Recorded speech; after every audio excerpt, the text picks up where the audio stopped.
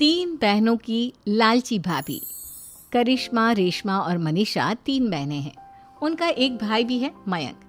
मयंक अपनी बहनों को बहुत प्यार करता है, लेकिन मयंक की पत्नी सविता इस मामले में मयंक से बिल्कुल ही अलग है। वो अपनी ननदों का जितना बुरा कर सकती है उतना बुरा करती ही रहती है और अपनी ननदों पर हुक्म भी चलाती है। करिश्मा, करिश्मा, तुमने अभी तक नाश्ता नहीं बनाया? तुम्हारे भैया को ऑफिस जाने में देर हो रही है। हाँ भाभी, बस अभी बनाती हूँ। करिश्मा, तुम ये ढीलापन छोड़ दो। कल को पराए घर जाना है। वहाँ अगर तुम इस तरह से काम करोगी तो लोग क्या कहेंगे कि माँ ने और भाभी ने कुछ सिखाया नहीं। और तुम्हारी दोनों बहनें कहाँ हैं? अब रेशमा मार्केट गई है और मनीषा सो रही है। क्या? सुबह के 8 बज रहे हैं और ये महारानी अभी भी सो रही है? ये कहते हुए सविता अपनी सास दुर्गा देवी के पास जाती है। माँ जी, देख रही हो अपनी बेटियों के तौर तरीके? क्या हुआ बहू, सुबह सुबह क्या कर दिया मेरी बेटियों ने? अरे एक तो अभी अभी उठकर किचन में गई है, दूसरी सुबह सुबह बाहर चली गई और तीसरी अभी तक सो रही है। क्या करूं मैं इन तीनों का? मैं तो परेशान हो गई हूँ। जा जाकर उठा उसे और रेशमा से मैं बात करती हूँ। सविता सीधा मनीषा के कमरे में जाती है और उससे कहती है, महारानी जल्दी उठो, सूरज सर पर आ गया है। भाभी थोड़ी देर और सोने दो ना, मैं रात को लेट सोई थी। वो क्या ना, यूनिट टेस्ट चल रहे हैं। शराफत से उठती है या नहीं, या फिर पानी की भरी बाल्टी डालूं तेरे ऊपर? नहीं नहीं भाभी, मुझे बिस्तर में नहीं लाना, उठती हूँ मैं। मनीषा जल्दी से उठकर बाथरूम में चली जाती है। सभी आराम से बैठकर नाश्ता कर रहे होते कि तभी रेशमा बाजार से हाथ में सामान लिए आ जाती है। रेशमा को देखते ही सविता उस पर बरस पड़ती है। लो, आ गई महारानी। ऐसा भी क्या सामान लाना था जो सुबह आंख मलते ही बाजार की तरफ रवाना हो गई? भाभी, कल आप ही तो चीख रही थी कि घर का सारा सामान मुझे ही लाना पड़ता है, घर में किसी को भी किसी काम से कोई लेना देना नहीं है। अब मैं बाजार जाकर सामान ले आई तो आपको इस बात से भी तकलीफ हो रही है?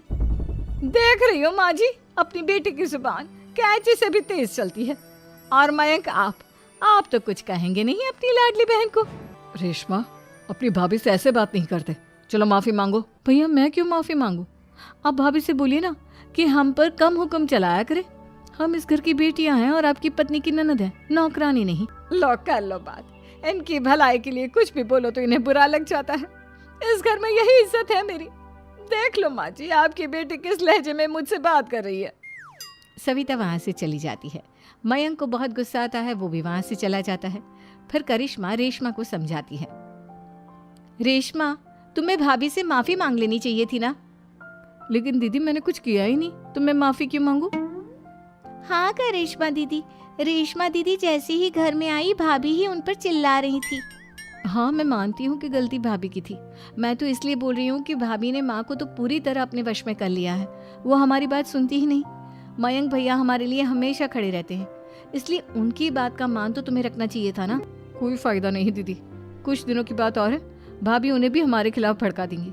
फिर वो भी माँ की तरह हमारी किसी बात का विश्वास नहीं करेंगे। इसी तरह सविता अपनी तीनों ननदों को किसी न किसी बात पर परेशान करती रहती थी।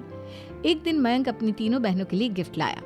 क्या रेशमा, ये तुम्हारे लिए हार का सेट। रेशमा, तुम्हारे लिए सुंदर सी ड्रेस। और मनीषा, तुम्हें किताबें पसंद है ना, तुम्हारे लिए किताबें लाया हूँ। थैंक यू भैया। थैंक यू भैया। थैंक यू भैया। करिश्मा, तुम्हारा नेकलेस कितना सुंदर है, ये भैया कहाँ से ले आए होंगे? मैंने भैया को 3 दिन पहले फोन पर ये डिजाइन दिखाया था और आज भैया ये ले आए। सविता तो अपनी ननदों के गिफ्ट्स देखकर जल गई और करिश्मा का नेकलेस तो उसे भी बहुत पसंद आया था। अपनी बहनों के लिए कितना अच्छा नेकलेस लेकर आए हैं, मुझे कभी कोई गिफ्ट नहीं दिया।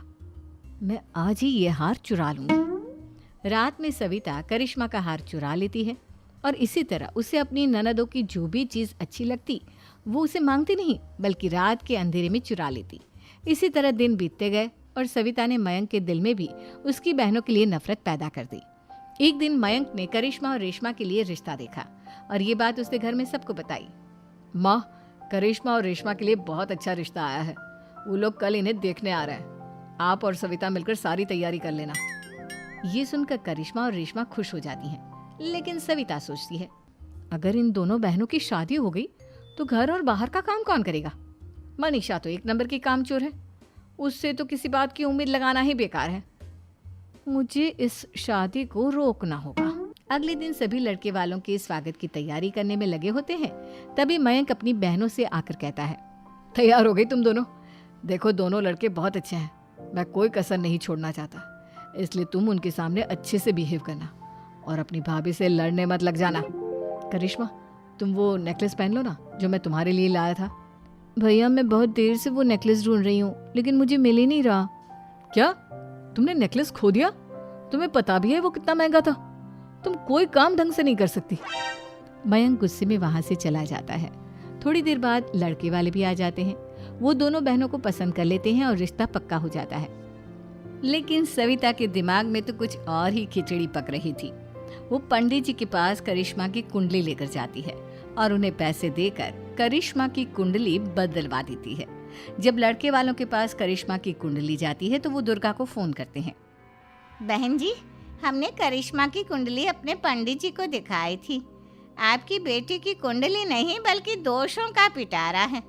देखिए, मैं और मेरे पति इन सब बातों में बहुत विश्वास करते हैं, इसलिए हम आपकी बेटी से अपने बेटे की शादी नहीं करा सकते। इस तरह करिश्मा का रिश्ता टूट जाता है और सभी घर वालों को बहुत दुख होता है।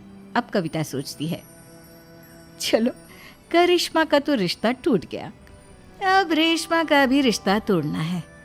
क्या करूं? अब सविता आवाज बदलकर किसी अननोन नंबर से रेशमा के होने वाले ससुराल में फोन करती है। हेलो, मैं कौन हूँ कौन नहीं ये आपके लिए जानना ज़रूरी नहीं, बस इतना सुन लो कि रेशमा का 2 साल से किसी के साथ अफेयर चल रहा है। बस रेशमा का रिश्ता तोड़वाने के लिए सविता का इतना कहना काफी था। अब रेशमा का भी रिश्ता टूट गया। मयंक और दुर्गा देवी ने रेशमा को खूब खरी खोटी सुनाई और उससे बार बार उस लड़के के बारे में पूछने लगी। आप दोनों मुझे क्यों परेशान कर रहे हो?